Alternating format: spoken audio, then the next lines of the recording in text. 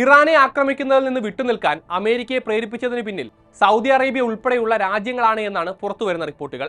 ഇറാനെതിരെയുള്ള US ആക്രമണം തടയാൻ 4 Arab രാജ്യങ്ങൾ അമേരിക്കയുമായും ഇറാനുമായും നയതന്ത്ര ചർച്ചകൾ നടത്തിയെന്നായിരുന്നു വാൾസ്ട്രീറ്റ് ജേണലിന്റെ റിപ്പോർട്ട്.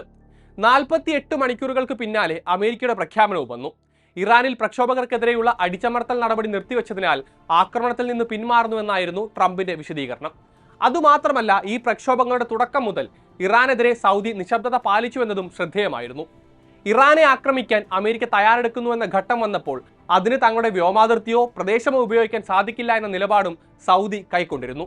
സുന്നി രാജ്യമായ സൗദി അറേബ്യയും ഷിയ ഭരണകൂടം നയിക്കുന്ന ഇറാനും തമ്മിലുള്ള ശത്രുതയെക്കുറിച്ച് അറിയാവുന്ന ഏതൊരാൾക്കും അതിശയമുണ്ടാക്കുന്നതായിരുന്നു ഈ നിലപാടുകൾ. എന്നാൽ കൃത്യമായ കാരണങ്ങളാണ് സൗദിയെ ഇങ്ങനെ ഒരു നിലപാടിലേക്ക് നയിച്ചത് എന്നാണ് അന്താരാഷ്ട്ര വിദഗ്ധർ ചൂണ്ടിക്കാട്ടുന്നത്.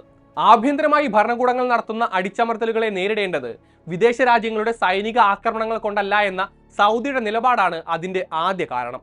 ഇന്നൊരു ബാഹ്യ ആക്രമണത്തിലൂടെ ഇറാനിലെ ഭരണകൂടത്തെ താഴെയിറക്കാൻ കൂട്ടുനിന്നാൽ പിന്നീട് എപ്പോഴെങ്കിലും തങ്ങൾക്ക് നേരെയും അങ്ങനെയൊന്നും ഉണ്ടായേക്കാമെന്ന ഭയവും സൗദിക്ക് ഉണ്ടായിട്ടുണ്ടാകണമെന്നാണ് വിദഗ്ധർ അഭിപ്രായപ്പെടുന്നത്. നിലവിൽ അമേരിക്കയോടൊപ്പം നിൽക്കുന്നത് കൊണ്ട് ഒരുപക്ഷെ സൗദിക്കെതിരെ ആക്രമണങ്ങൾ ഉണ്ടായേക്കില്ല. എന്നാൽ അവരിൽ നിന്ന് അകലുന്ന സമയത്ത് ഇറാനിലെ അതേ കാരണങ്ങൾ പറഞ്ഞ് തങ്ങളുടെ രാജ്യത്തേക്കും കടന്നു കയറാമെന്ന ആശങ്കയും സൗദി ഭരണകൂടത്തിന് ഉണ്ടാകാമത്രേ.